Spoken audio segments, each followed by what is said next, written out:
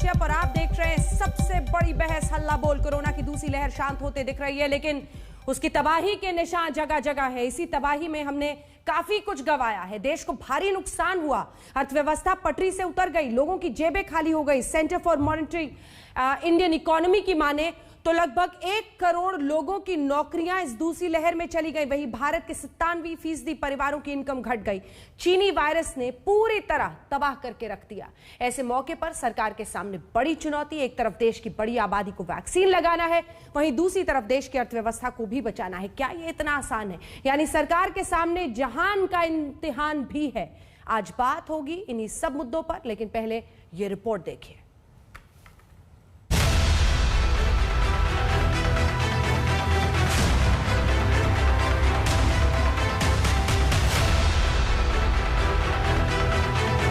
Corona की दूसरी लहर ने देश को झकझोर दिया। इस तरह के काम का किसी के पास कोई भी अनुभव नहीं था। इसके पीछे देश सेवा का जज्बा है और एक संकल्प शक्ति है। इसी से देश ने वो काम किया है जो पहले कभी नहीं हुआ। अस्पताल से लेकर ऑक्सीजन की किल्लत में देश मजबूर दिखा। मई का महीना कोरोना के कहर के साथ देश पर टूट पड़ा। कोरोना महामारी के बीच लाखों जिंदगियां सिसक सिसक कर दम तोड़ रही हैं। शमशान और कब्रिस्तान अटे पड़े हैं। ना ऑक्सीजन है, ना जीवन रक्षक दवाएं, ना वेंटिलेटर है, ना आईसीयू, ना वैक्सीनेशन, और मोदी सरकार पूरी तरह से गुमशुदा है। देश में कोरोना के मामले अप्रैल के महीने में तमाम रिकॉर्ड तोड़ते हुए 4 लाख के पार चले गए थे। वो अब आखिरकार जून महीने की शुरुआत में आज 1 जून को 1,27,000 रोजाना नए केस पर पहुंचा है। एक तरफ देश अब लॉकडाउन से अनलॉक मोड में जा रहा है। धीरे धीरे फैक्ट्रियां, कंस्ट्रक्शन साइट्स में कामकाज शुरू हो रहा है, तो दूसरी तरफ अब चुनौती है 2 मोर्चों पर, वैक्सीनेशन और अर्थव्यवस्था। एक तरफ टीकाकरण को लेकर केंद्र और राज्य सरकारों में तलवारें खिंची हुई हैं, तो दूसरी तरफ तीसरी लहर की आहट के बीच सबके लिए टीका मुहैया कराने की बड़ी चुनौती सरकार के सामने। 1 जून से हम लोग 18 से 44 वर्ष की उम्र के प्रत्येक व्यक्ति को वैक्सीनेशन का कार्यक्रम प्रत्येक जनपद में प्रारंभ करेंगे। उसमें भी हमने कुछ प्राथमिकताएं तय की हैं। वो ड्रामा करने के लिए क्या किया, कल से मेरे वैक्सीनेशन सेंटर सारे बंद। क्यों बंद? क्योंकि मुझे टीके नहीं मिले हैं।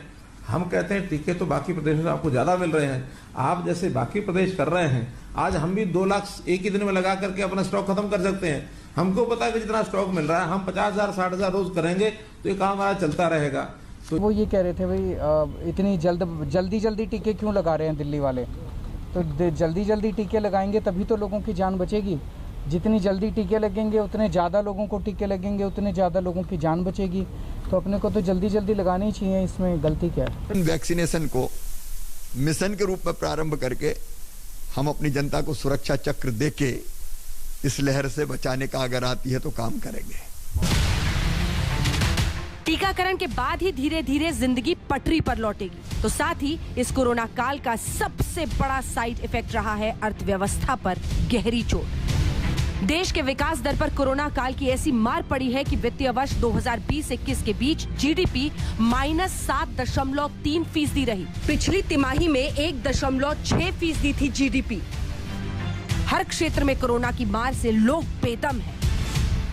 करीबन अगर डायरेक्टली देखा जाए तो 35,000 लोग अनएम्प्लॉयड हुए। 35,000 फैमिली आप समझ लीजिए उनकी आज लाइवलीहुड के लिए तरस गई हैं, समझ लीजिए। वर्ल्ड ओवर सबसे ज़्यादा हिट जो हुई है वो हॉस्पिटैलिटी सेक्टर हुआ है, और क्योंकि इस सेक्टर में this is most ऑफली it employees a lot of man power. Centre for monitoring Indian economy के मुताबिक देश में करीब 1 करोड़ लोगों ने इस दूसरी लहर में नौकरियां गंवाई हैं। वहीं सीएमआई का दावा है कि कोरोना की शुरुआत के वक्त से अब तक 97% परिवारों की आय घटी है।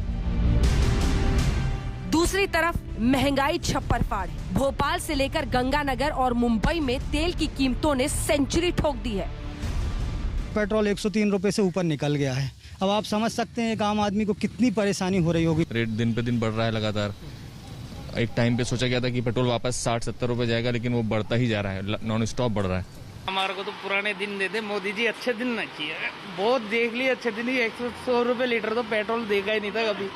अब 100 रुपए लीटर पेट्रोल सर मार कितनी पड़ रही है।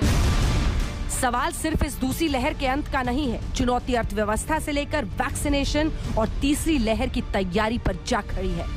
आज तक ब्यूरो।